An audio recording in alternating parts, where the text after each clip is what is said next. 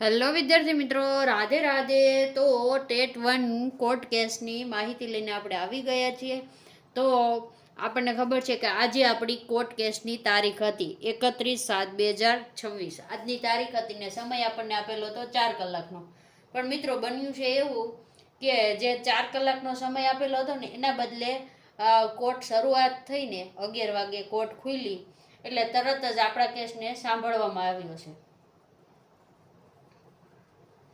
અને સાંભળવામાં આવ્યો તો શું કરવામાં આવ્યું, કેટલી મિનિટ સાંભળવામાં આવ્યો તો કે મિત્રો 1 મિનિટની આસપાસ સાંભળવામાં આવ્યો છે. કેટલો?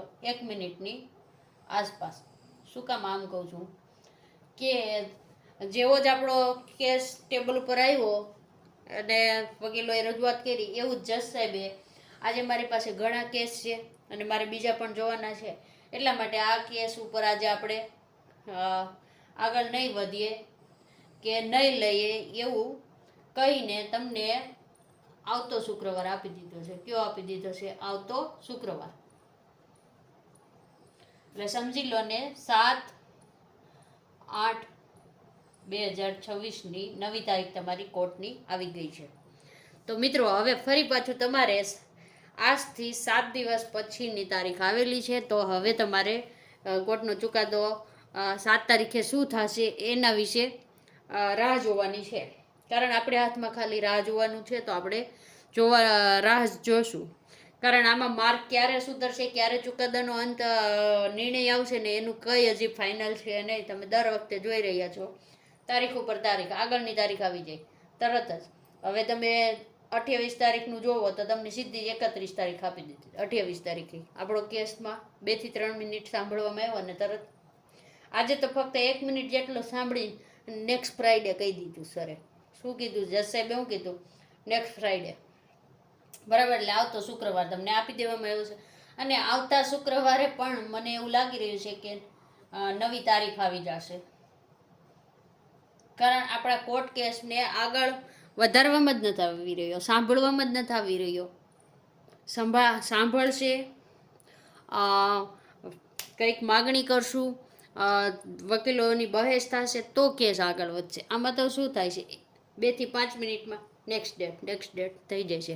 એટલે અત્યારે તમે સમજી લ્યો ને, તે તારીખ પે તારીખ પડ રહી है. क्या पड़ रही है? तारीख पे तारीख, तारीख पे तारीख. चुकादो कब आएगा पता नहीं. બરાબર. તો મિત્રો રજૂઆતથી તમે ભરતી લઈ એવા, જો દિવાળીએ ભરતી આવવાની હતી એના બદલે આપણે શું કર્યું? રજૂઆત કરી અને આપણે ભરતી લઈ એવા, ફોર્મ ભરાઈ ગયા. પછી શું થયું કે ગાંધીનગર જઈને ફરી પાછી પીએમએલ માટે આપણે રજૂઆત કરી. તો શું થયું? પીએમએલ માટે રજૂઆત કરી તો ડીએલએડની માર્કશીટ ઉમેરાઈ ગઈ. પોર્ટલ ખુલી ગયું, તમને ખબર જ હશે. અને આપણે ત્યારે પણ વિડીયો બનાવ્યો હતો અને પોર્ટલ શું કામ ખુલ્યું ને એ પણ કીધું હતું કે તમે રજૂઆત કરવા ગયા હતા અને આંદોલનનું કીધું હતું. એટલે ડીએલએડની માર્કશીટ અપલોડ કરવા માટેનું તમારું જે પોર્ટલ હતું એ ખુલી ગયું ને અપલોડ થઈ ગયું. હવે બધી પ્રોસેસ પૂરી થઈ ગઈ છે. હવે શું? હવે તો ફરીથી રજૂઆત કરો. શું કરવાની છે? પીએમએલ માટે રજૂઆત. શું કરવાનું છે?